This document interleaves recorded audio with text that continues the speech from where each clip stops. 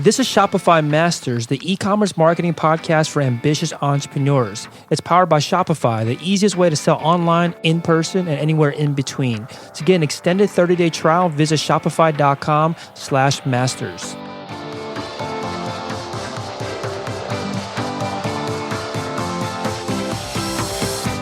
Hey entrepreneurs, my name is Felix and I'm the host of the Shopify Masters podcast. Each week we put out podcast interviews with successful e-commerce entrepreneurs or experts to give you inspiration, motivation, and actionable tips to increase your traffic and sales so your store can generate the sales you need to live the life you want. In the last episode, Ryan Beltran from OriginalGrain.com told the story of how he and his brother co-founded a $15 million watch company. On today's podcast, you'll learn from two entrepreneurs that launched a $2 million business with the help of syndicating epic content.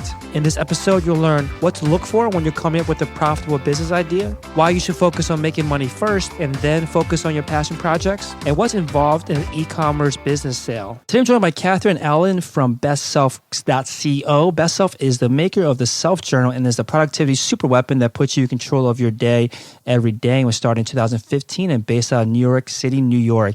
Welcome, Catherine Allen.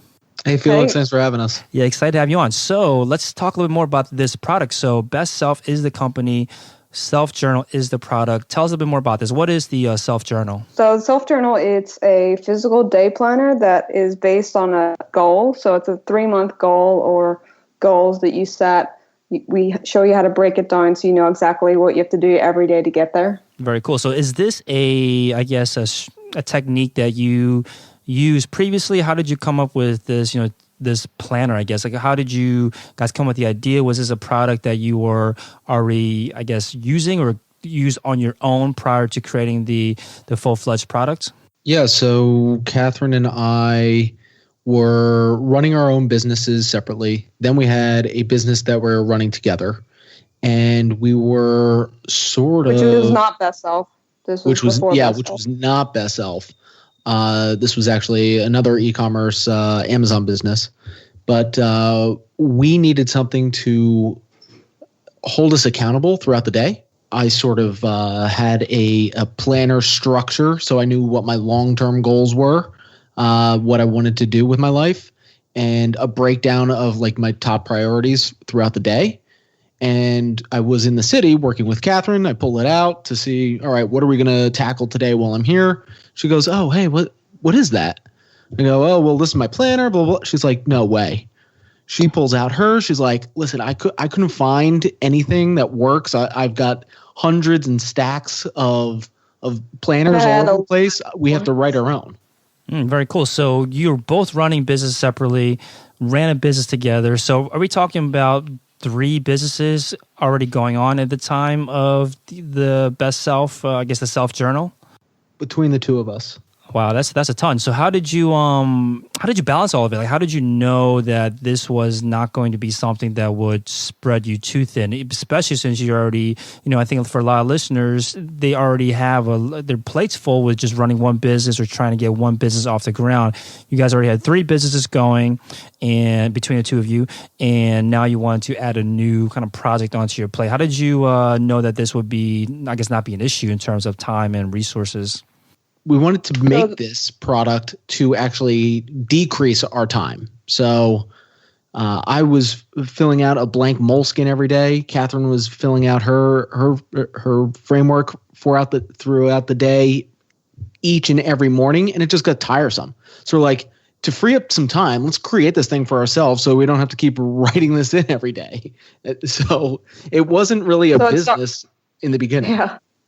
It was a product that we wanted for ourselves. And then, I designed it because I have a design background, and I was like, okay, let's just make this for ourselves. Turns out it's very expensive to print, a couple of books for just us. So we showed it to some friends to see if, maybe they would like it. And it sort of snowballed from there in a way because people were like, oh, I love this. And that's when, we're like, why don't we kickstart this and, see if we can validate it. So for us, it didn't start as a business. It just started as a product that we wanted to exist.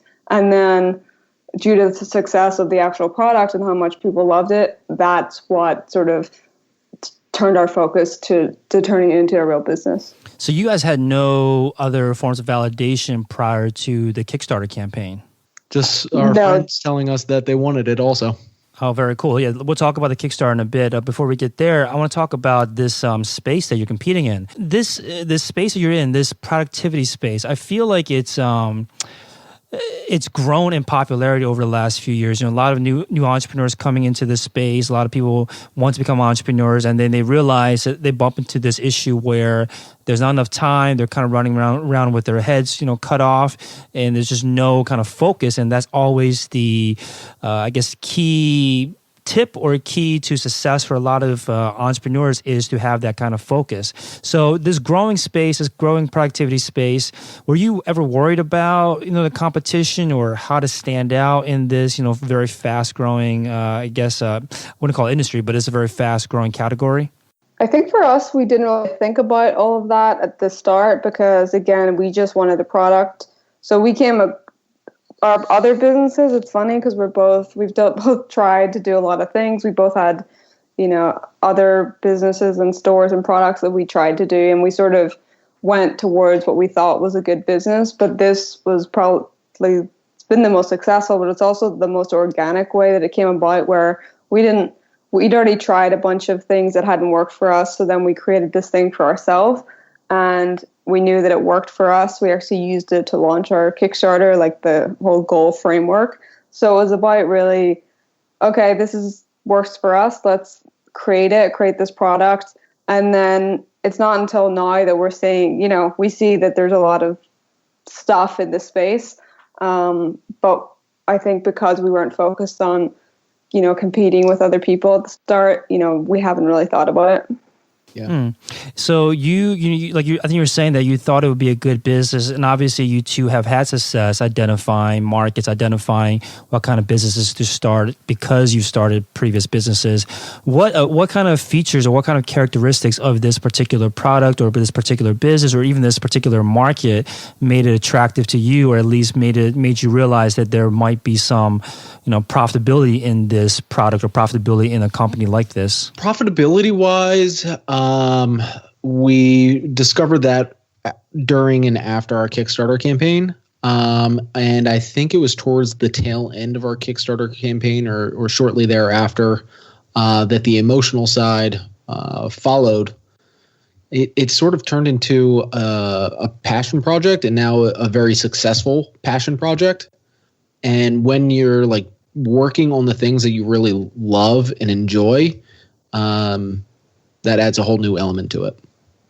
So correct me if I'm wrong, but you probably wouldn't have started down this path if you didn't think that, not necessarily that you become crazy profitable, crazy rich off of it, but that it would at least make sense as a business, that would at least be sustainable. What did you notice about this particular space, notice about this business that made you realize that this could become a sustainable business? I think for us, so after our Kickstarter ended and we were like, wow, people really supported this project. And then it was kind of a moment so we had another business together.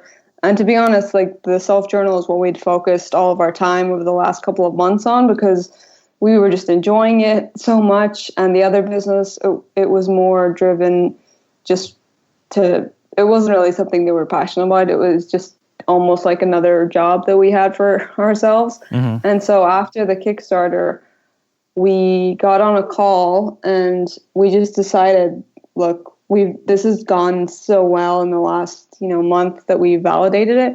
Why don't we just go full into this and, see how it goes? And so we ended up selling the other business and just going fully into the self-journal because we were so passionate about the product, and we also saw how it helped people. So for us over the years, as we've learned a ton about personal development and productivity through books and meeting people, I wanted to learn that, when I was younger. If I had known the stuff that I know now when I was at university and everything, I would have been able to save so much time and be a lot more focused. So that's really our driving factor. Is it's not really about the market and the profitability. It's like, how can we teach people how to become their best self so that, we can change the world one person at a time if they're hitting their goals. Yeah, I remember the call that Catherine, that you and I had. It was like a Sunday afternoon. Our Kickstarter campaign had ended maybe like a week prior or something, 2 weeks prior. We still had the business that we were working on before. And she called me up and she's like, Alan, you're going to think I'm nuts.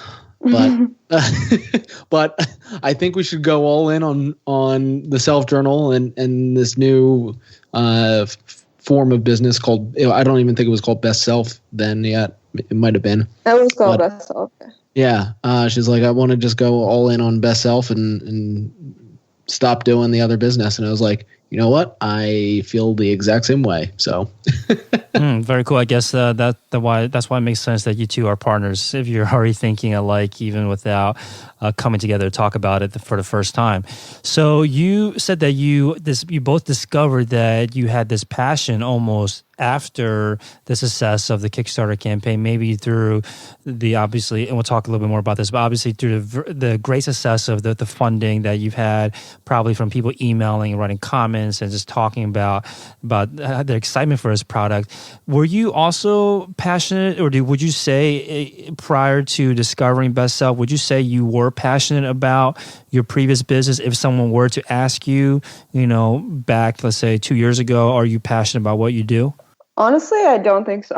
I think for us, at least for me, the other business was a way to for cash flow and to make money, but it wasn't anything that either Alan or I cared that much about personally.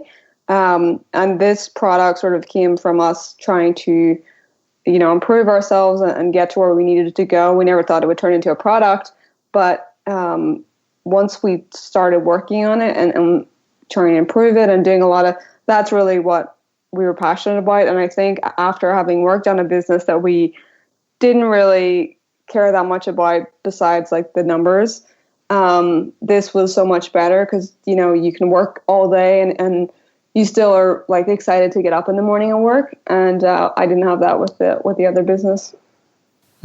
So did the cash flows match the past cash flows or the revenue or the projections of Best Self match the previous businesses that you ended up ultimately selling off?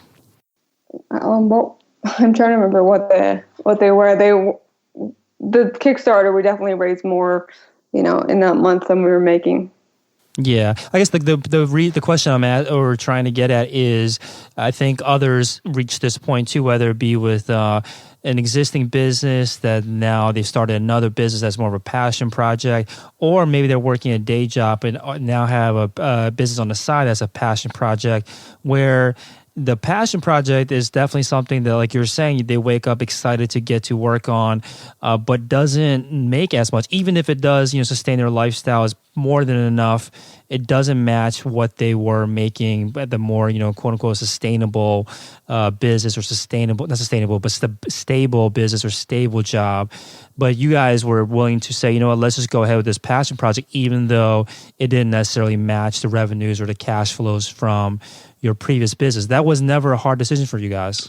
No, it wasn't. But I know that feeling because I remember when I was working my full-time job and had my side project, my side consultancy reached the amount that I was making per month in my full-time job. But it wasn't until it surpassed it that I finally felt comfortable, even though I matched it and sustained it for a little bit. It wasn't until I surpassed it where I was like, okay, now I feel comfortable to step out.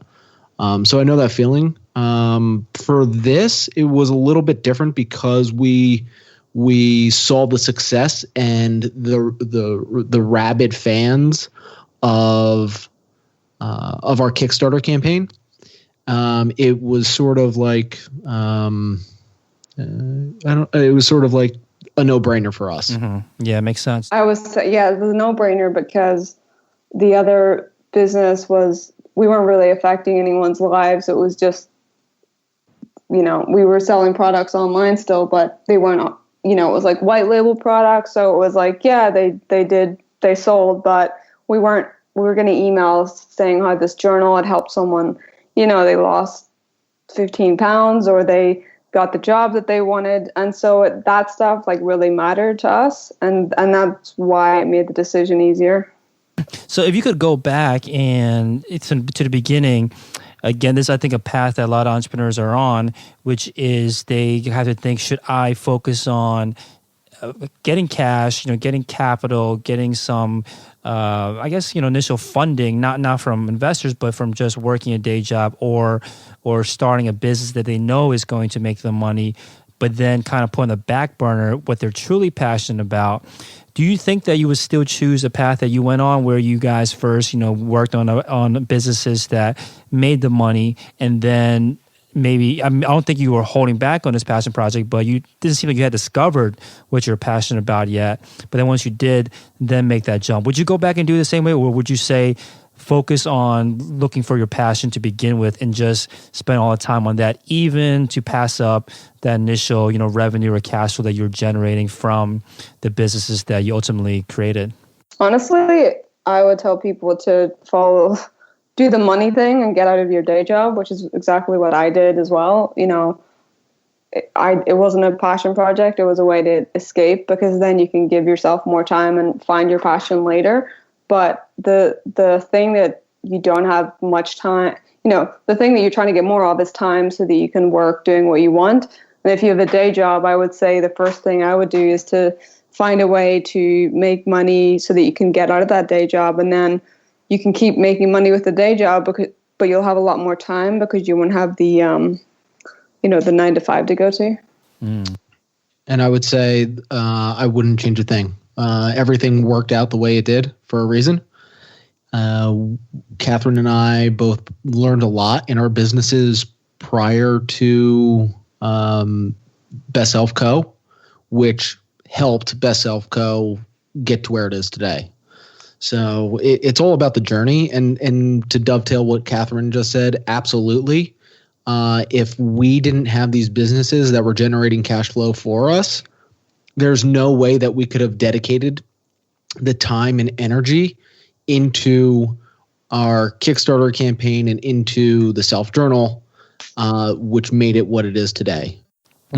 So based on what I'm hearing from you guys, it seems like you are both have taken relatively risk-averse approaches to launching businesses, which I'm personally a fan of.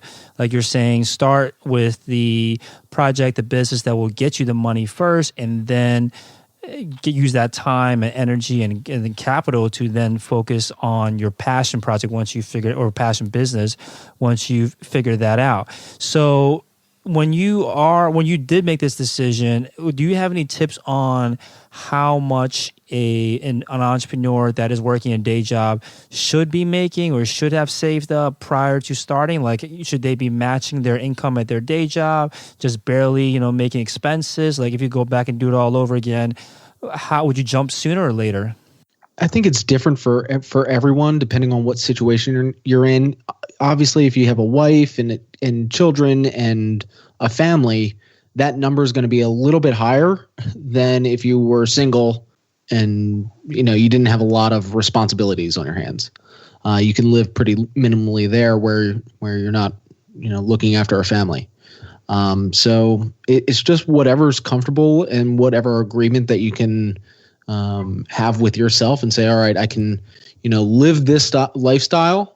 Some people want to cut back a lifestyle in order to have that freedom. Some people don't want to cut back their lifestyle and want the freedom. So obviously that number is going to fluctuate depending on what people want. Although you do want to save a little and give yourself some runway. And the good thing about that is if you can set a time, like, okay, you try to hit a certain amount and then you save until this is what I would do is I would save like 6 months of expenses and living, and then that would give me 6 months to be able to, actually make some money before I, quit. Yeah, I think that definitely at least lessens the stress of making that jump in. I think when you are stressed out from trying to make money as soon as possible, you don't make the right decisions. You make much more short-term decisions. So I think it makes sense to have some kind of safety net as well. So at this point, I think listeners are probably wondering, like, what were the businesses that you guys had created? Do you mind going into this a little bit? I know you mentioned the one you had together was an e-commerce, I think Amazon business selling white labeled products. Is that correct? Correct. Yeah. Cool. And the ones that you had separately, what are they? Mine was I sold graphic prints. So I have a design background. So I sold design goods online, which is what I got out of my day job with. And I was a consultant for other companies doing their digital marketing for them. Cool. And how did you guys, I guess, meet each other and ultimately end up partnering? We met in a online entrepreneurship program. So basically, when I was quitting I think I just quit my job, and I joined this program online because I wanted to meet other entrepreneurs. And then we would do these like weekly calls, and Alan was on one of the weekly calls with about 6 other people. And so that's how we first connected. And I realized after, a few weeks of talking with everyone that he would take action. So we would say we were going to do something, and we would actually be the ones that would go ahead and do what we were saying. So then we became accountability partners. So we would just hold each other accountable. If I say I'm going to do this, Alan would make sure that I do it.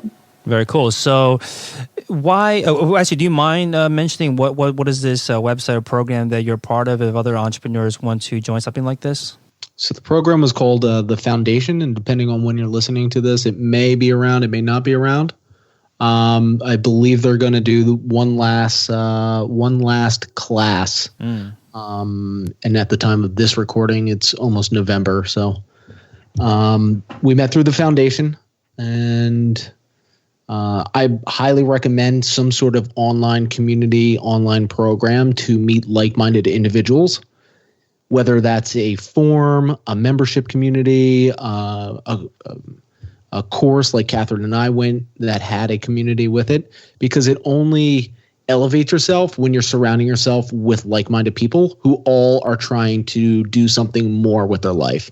When you're around people who, maybe starting on Thursday at 5:00, just hit the bar and then are hungover Friday, Saturday, and Sunday, you're not going to really propel yourself further if you're surrounding yourself with those people. So if you're surrounding yourself with people who are staying up late, working on their side project, waking up early, telling you about their wins, their failures, and you're constantly helping each other level up, you're going to get there where you want to get to so much quicker. Makes sense. So basically some kind of mastermind program. It sounds like that's what the foundation is. I've never been through it, but I've heard things about it. So it sounds like some kind of community that has a mastermind aspect to it. So like you're saying, you're surrounding yourself with like-minded people that are actually pushing you forward rather than, get you into bad habits like the ones that you mentioned. Cool. So one last thing about these past businesses, you mentioned that you guys eventually had to wind these down and ultimately sell. Was it just the Amazon business? Yeah. Yes. What was that process like? I think people are probably interested in buying and selling e-commerce businesses. What's involved in a sale of an e-commerce business? A lot of documentation from your side. Yeah. So it's putting all pretty much all the financial sheets together, all the assets together, meaning what you have in inventory, what your assets are, such as branding, manufacturers, employees, websites, content systems, processes, SOPs, the whole nine. And it's like putting that together in a nice package, and then you can either list it yourself, or you can find a broker who has a bunch of buyers that they can tap into. Which one did you guys end up going with? A broker or selling yourself?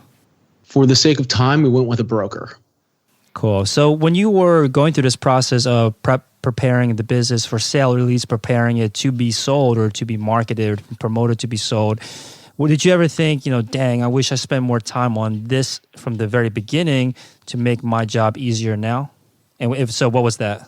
I think I would have probably just put like one or two more like virtual assistants in place to just monitor everything.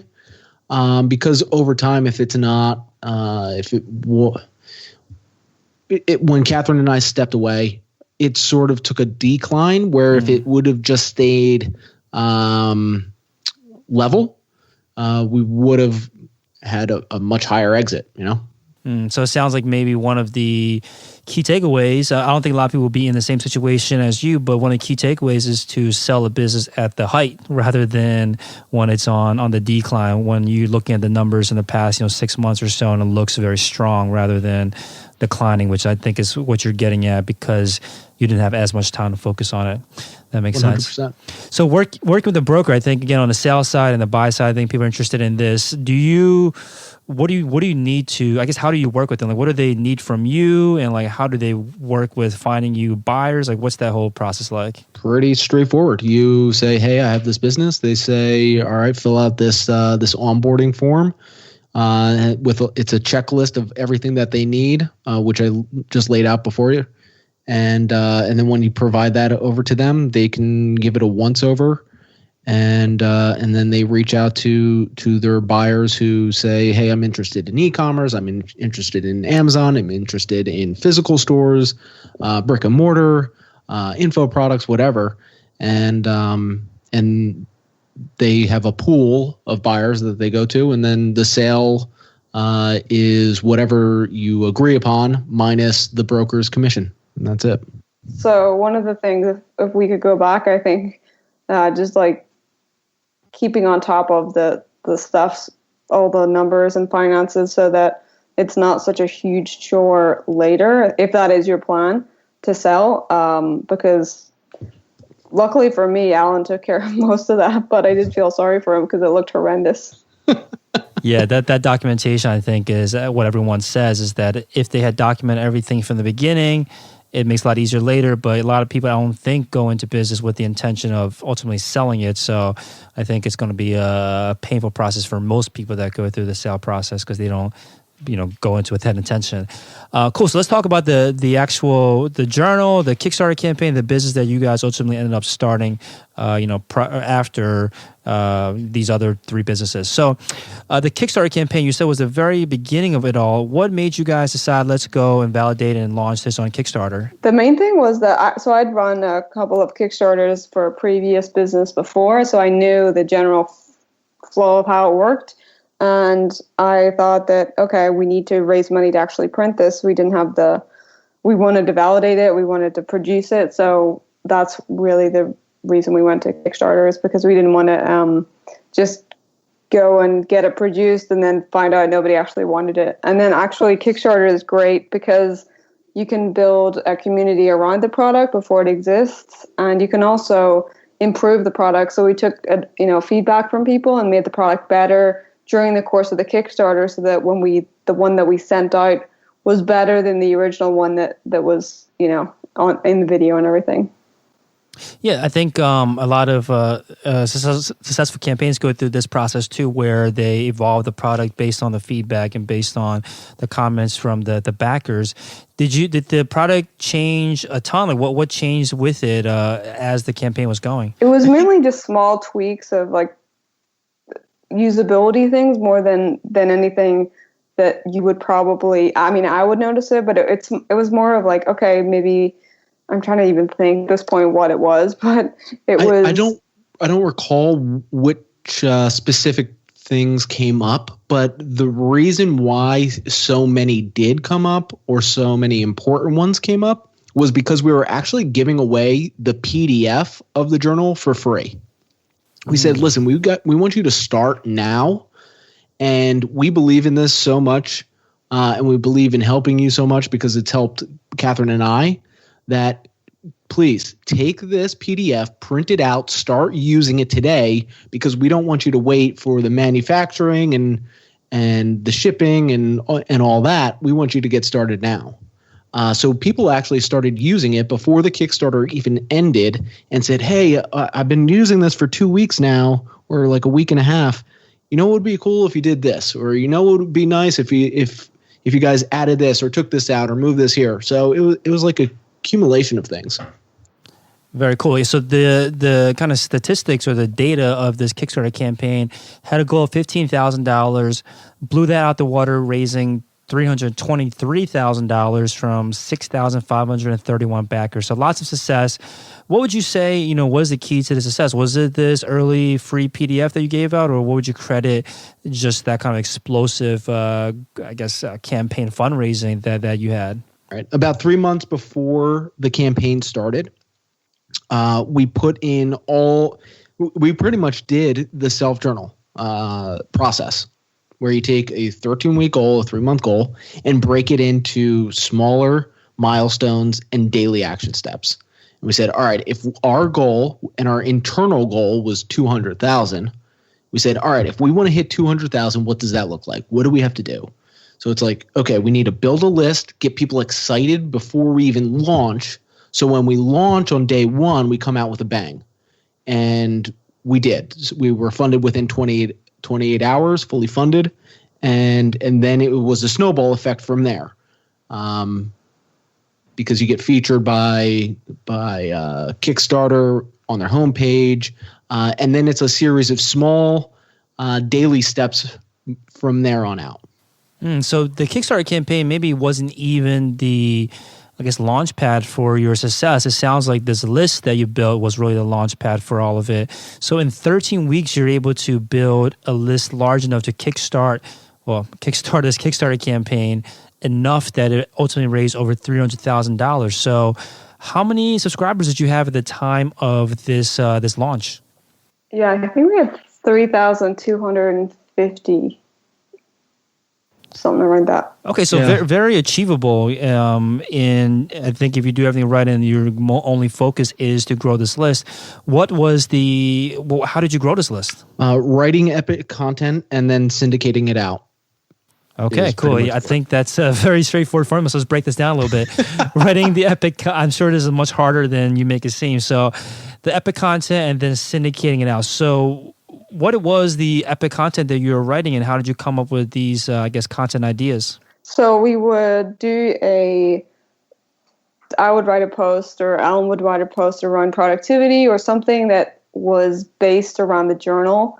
So we talked about habit forming, morning routine. So it was very stuff that was very specific to what we talk about in the self-journal. And from there, we created these content upgrades, which were essentially like PDF guides or some sort of additional content that you could get for free for your email address. So we interviewed some successful entrepreneurs and found out what their morning routine looked like, and then we put it into a infographic PDF. So it was about 26 pages or so, and then we had that as sort of an upgrade. So if you just read this post and then you could download it. So that was pretty successful. We also did a giveaway. So we bundled a bunch of our favorite products around productivity. So it was, books, software, some products that we liked. It was a bunch of stuff that we bundled together. And then we were going to do a giveaway. So the only people that were going to give their email addresses would be people that were interested in productivity and want the stuff. So you're not going to get someone that, if we had to put like an Xbox up to get emails, we probably would have gotten a lot more emails. But then when we launched the self-journal, the people would be like, this has nothing to do with what I signed up for. So It was a very targeted email list for what we planned to use it for. That was the two things that worked the best. So the content upgrade and the giveaway. So let's dive into this a little bit more. Let's start with going back to the epic content for a second.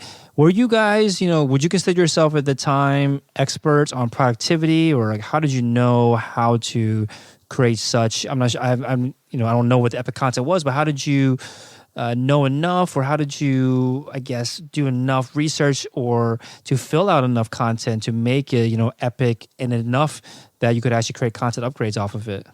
Between the two of us, Catherine and I we did so much research and just personal development through our own businesses or while we were running our own businesses. So we're like, all right, how do we be more productive? We read articles, read books, attended seminars, went to conferences, listened to podcasts, and we were just and we applied it, so we knew it worked.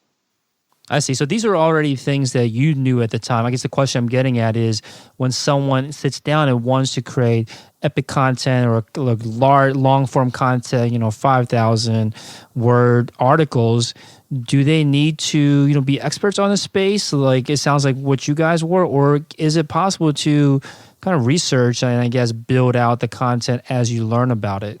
I would say yes.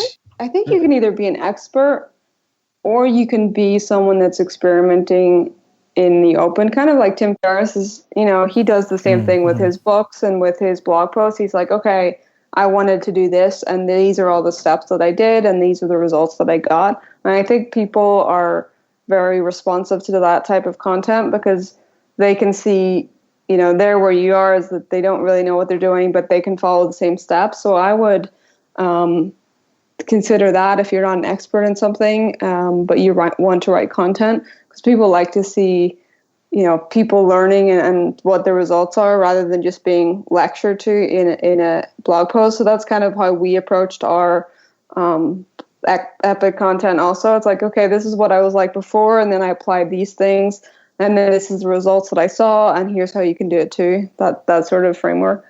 Yeah, I like that framework too, because I think a lot of people that want to create content, they'll usually say, I don't know what to write about. And you don't need to always kind of tap what's inside yourself. Like you're saying, you could kind of, what I've heard called as lead from the middle. So rather than saying, hey, I'm the expert, everyone follow me, you say, hey, I'm just like you guys, but I'm going to learn and then teach you what I'm learning. I think both work equally as well, as long as you positioning, I guess, the right way. So that makes sense. So you create this epic content, and then you also said that you created content upgrades around it. So for the audience that might not know about what content upgrades are, can you guys explain what is a content upgrade and how did you know what should be your content upgrades? What is a content upgrade? A content upgrade is a piece of content that's above and beyond or a supplement to whatever blog or article or video or whatever medium you just consumed. So it should go hand in hand with that. And what it is, it's a value add. So, hey, you just read this article on these productivity things that I do every morning. If you want to see what 29 successful people do every morning and what their morning routine is, download this PDF. But first, give me your name and email address.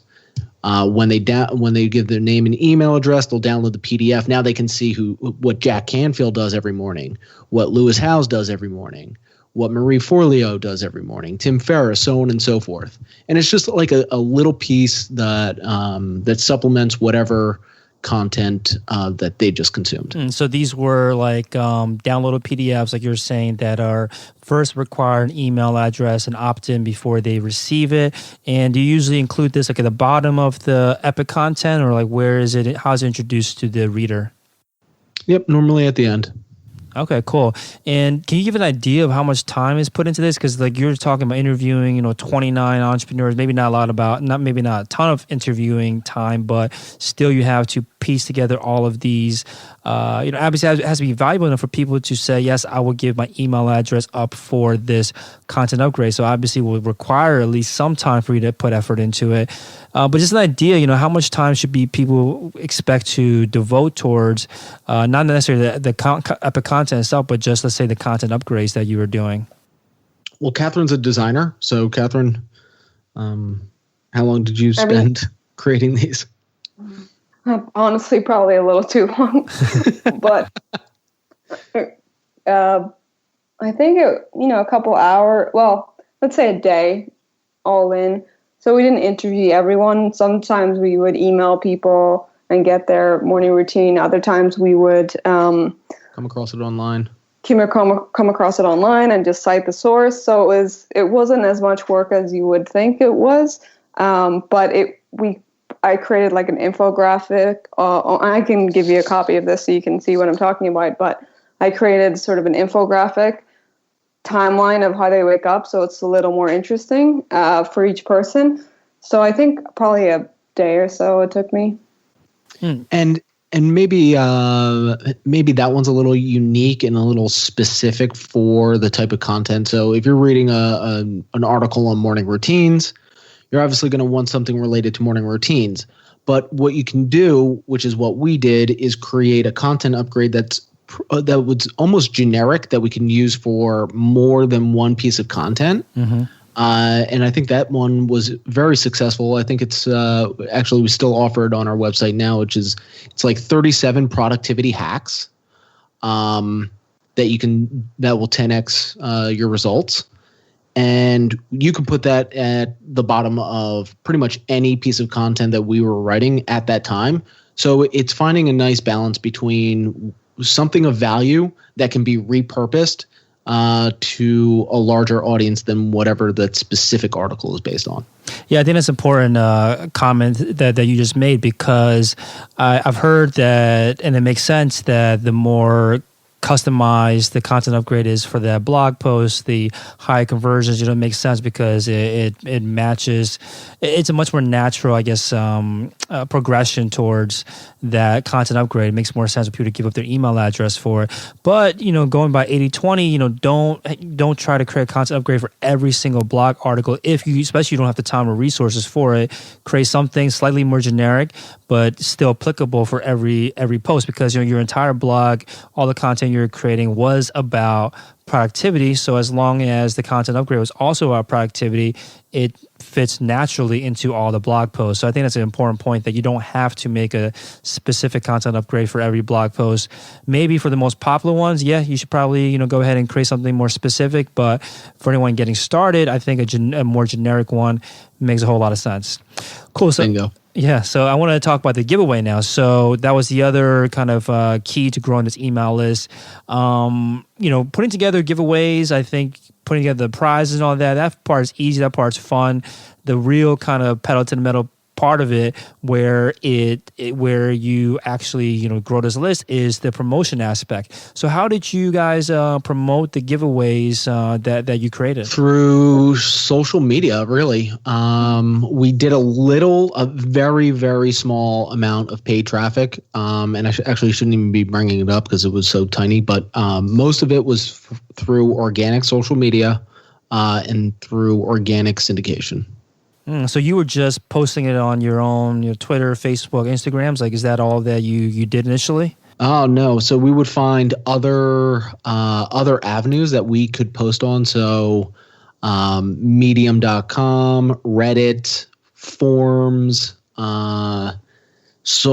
different groups inside Facebook. So Facebook groups for, say, entrepreneurs or people looking to start businesses. The actual software that we used, which was called King Sumo, it's one of those ones where, if you enter, then if you invite your friends or share on Facebook or Twitter, you'll get more entries. So there's almost a viral thing built into it. And once we launched the giveaway, we actually upgraded some of the posts, like the blog posts, and added that at the bottom. So you just write a post on productivity, and now here is a link where we're giving you away a bunch of free stuff, and all you have to do is enter your email. So stuff that was already getting recommended and shared anyway, now I had this extra element where we were doing a giveaway.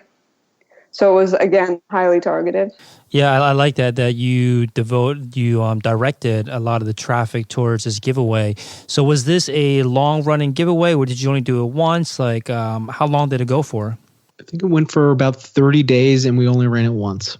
Oh, wow. Okay, so 30 days, lots of kind of focus on just driving all the traffic possible to this giveaway. I like that you clarified how you drove this traffic, because I didn't want, because if you said that you just posted your own social media, then I would ask you next, like, okay, so how did you grow the social media presence? So yeah, it makes sense that you were able to go in other places where your audience already gathered, around Facebook groups, on Medium. So you were just, some of these communities I think can be sensitive to people just coming along and saying, hey, sign up for this giveaway, especially nowadays where people recognize that a lot of giveaways are being used to collect email addresses. How did you, handle this? How did you make sure that the giveaways that you were promoting weren't seen in a negative light? I think because we were giving something away. So the bundle itself that we were giving away was worth like $1,000. So it was like, okay, do you want a bunch of free stuff? No, then you're fine. If you do, you just put your email in. But we didn't really bombard the people that emailed. We just sort of, once we had a blog post that was about productivity, we would share it. And then we would share, 2 weeks left of the giveaway. So because it was a targeted list, and again, it wasn't like, okay, we're giving away an Xbox or something very generic. It was a targeted list so that we could share other articles with them and we could share the self-journal later on. But I think from our giveaway, we got around 1,800 emails from that. Wow, that's 1,800 emails in 30 days is definitely an amazing number to hit. So I think, Alan, you mentioned that there was syndication involved too with the content, and I guess you mentioned this with the giveaway as well. So what do you mean by syndicating content? So it's putting your content on other platforms and then somehow redirecting or capturing those leads there. So either redirecting your leads back to your blog or capturing the leads right on that medium. So what we would do is we would take the blog post and we would publish it on our blog. Obviously, put in the content upgrades or the giveaway, and then we'd go to first place would be Facebook groups. So we'd go into Facebook groups and we would write a specific. This is very important. We would write a specific post targeted to that Facebook group that isn't spammy. It's there to provide value. It's first and foremost. If you go into Facebook groups and start copying and pasting into 100 different groups, it's not going to work out well for you. So it's a very manual process, but it works. It has worked for us. And the problem is not many people do it because it does take effort. So you need to go in, you need to create a post that's specific to that group that talks the language inside that group. Another example is Reddit. If you're not speaking Reddit's language, you are going to get destroyed. Mm-hmm. So I recommend going into Reddit and actually participating in there before you start syndicating, just so you can understand the lingo, understand how it works, understand how you format a written post in there. And a lot of subreddits don't even let you post until you've been vetted almost. So it's getting in there and understanding that target market and understanding how they talk, how they communicate, and communicating to them via value. And then they'll reciprocate, come to your site. Hopefully, if you've done everything correctly, they'll opt in and you'll grow that list. Okay, so when you were creating these posts, and I 100% agree about making sure that it's customized and personalized for each group, because I think we've all been part of groups where we're in multiple groups and all of a sudden you see people copy and pasting things because Facebook is now smart enough to kind of group the same copy and paste content together, and it looks really bad for anyone that's doing this. So definitely avoid that. So then when you're writing this customized piece of post for the Facebook groups, are you posting the actual content, or are you just introducing the content and linking over to it? Like how do you drive the traffic back to your site? I'd write a brief synopsis of whatever that piece of epic content was or is, and then link back to the homepage or that blog article. Makes sense. And you mentioned that there might be some other mediums or platforms where you could collect the email address or the opt-in on the site itself. Can you share some of those? And it's not so much collect email addresses. So if you go to a forum, now you can talk to that community directly. and start a dialogue with them. So it's not necessarily collecting an email address, but more starting a dialogue on that platform. So let's say you created a post in a forum, and there's a lot of communication around it, or there's a lot of activity, interaction, engagement on that post itself. A lot of people are posting replies.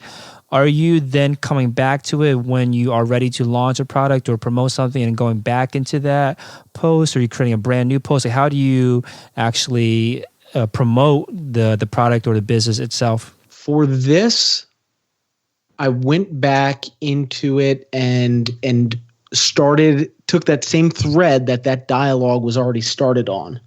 And at the end of that post, or edited the original, continued the dialogue, said, hey guys, we're now ready.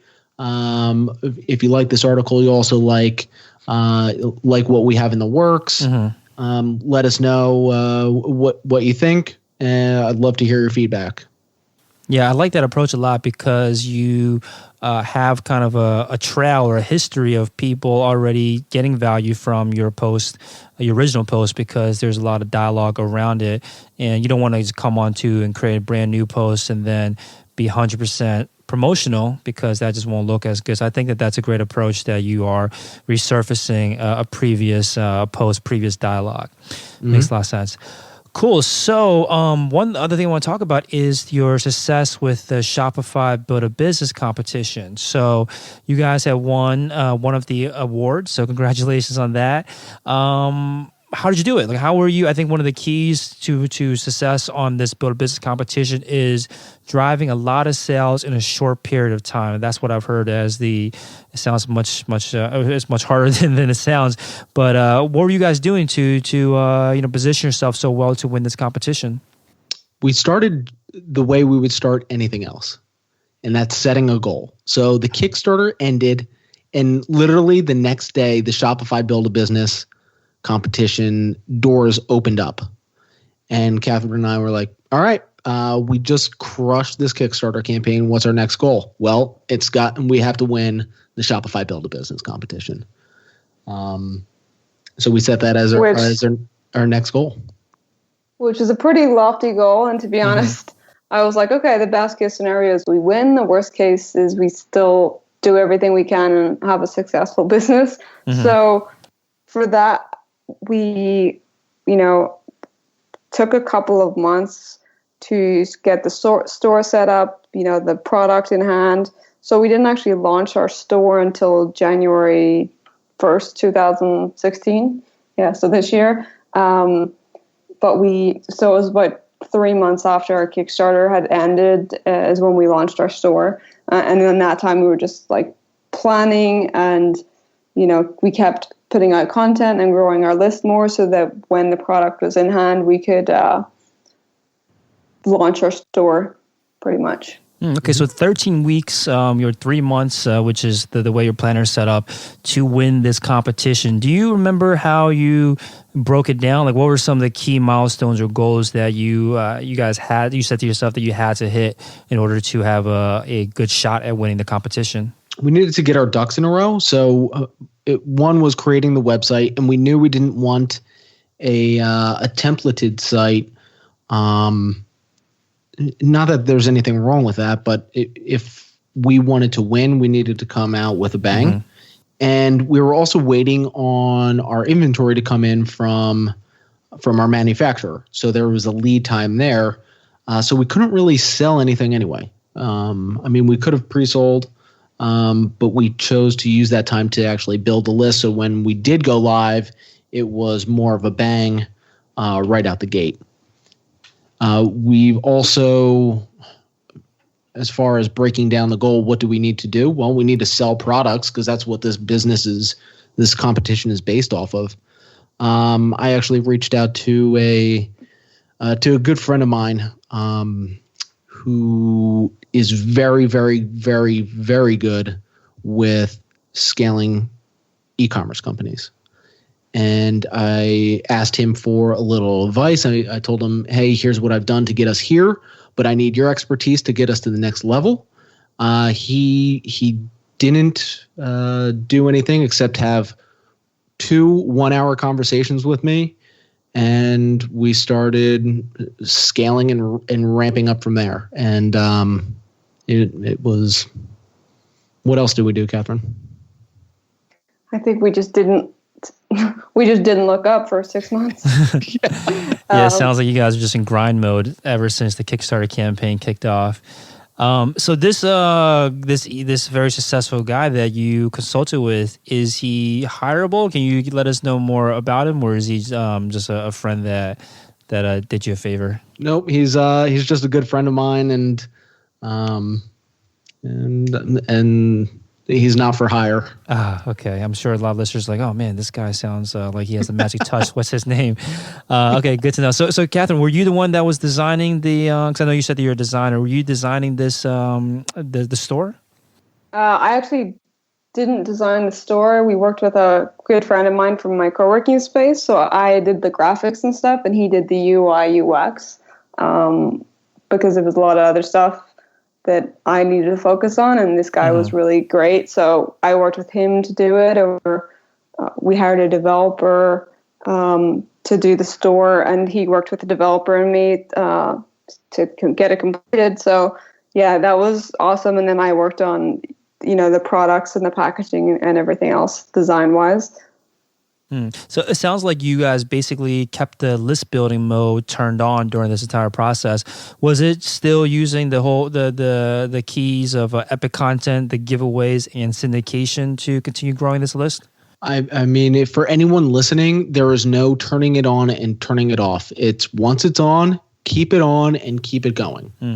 That's it. It once you get out of the pattern of turning it off, it's so hard to pick up that momentum again, especially once you've created a habit out of it. I like that. Yeah, once you have built those kind of assets and have this habit, definitely don't lose it. I like that thinking. So you guys have obviously had a very successful Kickstarter campaign. Can you give us an idea of how successful the business is today? About I guess a year since the Kickstarter campaign. About a year since the Kickstarter campaign, I think we were right around we just broke the 2 million mark, and we're aiming, we have some other larger products, back-end products that are in the works right now. So we have some pretty lofty goals for the next 2 months of this year, which will hopefully do very well. Very cool. Yeah, in 2 months, that's very soon. So what about your year-long plans? What do you guys want to see the business or best self, the brand itself, be in a year from now? Felix, if I tell you, we may have to kill you. I'll take that sacrifice. I'm just kidding. So our goal is with Best Self is to create or find products that help people to become their best self, whether it's like we actually have the journal, but we want to make working easier. So as in like something physical in your office that could make you work better, something that makes your day go better. We're creating a couple of tools to keep you focused. So we're doing a lot of stuff, but it's all around the same idea of becoming your best self. So that's kind of what our focus is, and what that sort of mission and is kind of guiding, where we go next. Very cool. So by the time this episode comes out, we'll be very deep into the holiday shopping season. How are you guys planning for or preparing for, or how have you prepared for the holiday shopping season? We've got our shipment of product will be in shortly. So we're trying to make sure we're stocked up, because especially this type of product, at this time of year, the last thing we want to do is to run out. One thing that you can do, which is actually what we did back in September, is we said, okay, this is going to be a crazy Q4. What can we do to make it less crazy? And we just broke it down into, all right, we're going to have a promotion on this day. We're going to have a promotion on this day. We need to launch this product in or around this day here. We need to make sure that all the inventory is in. So when's the last deadline that we could put it in place, or when's the last minute that we could place that order without it being late? and still arrive on time. So it's just putting together a strategy and understanding what direction you're going. And when you have everything lined up, it makes all the pins fall so much easier. Yeah, I like that what you said about how you thought about how can we make this time less crazy. And I think that's a good way to think about a lot of planning, which is how can I make my job in the future easier by what can I do today to do that. And I think that's a great kind of mantra to live with when you're trying to plan out and trying to figure out how you should prioritize your day and your time. So, thanks so much, Catherine Allen. So bestself.co, bestself.co is the website. Anywhere else you recommend our listeners check out if they want to follow along with what you guys are up to? So I write on my personal blog called littlemight.com, mainly about either e-commerce or Kickstarter and how to launch a Kickstarter, that sort of thing. So if people are interested in that, they can read up on how we did the self journal there. And my personal blog, I write about Best Self, the behind the scenes. I pull the curtain behind the scenes and get a glimpse of what's working, what's not working, and all the marketing stuff of that over at alanbrower.com. Very cool. We'll link up both of those in the show notes if you listeners want to go and check that out. Again, thanks so much for your time. Thank you, Felix. This was awesome. Felix. Thanks, Felix. Thanks for listening to Shopify Masters, the e-commerce marketing podcast for ambitious entrepreneurs. To start your store today, visit shopify.com/masters to claim your extended 30-day free trial.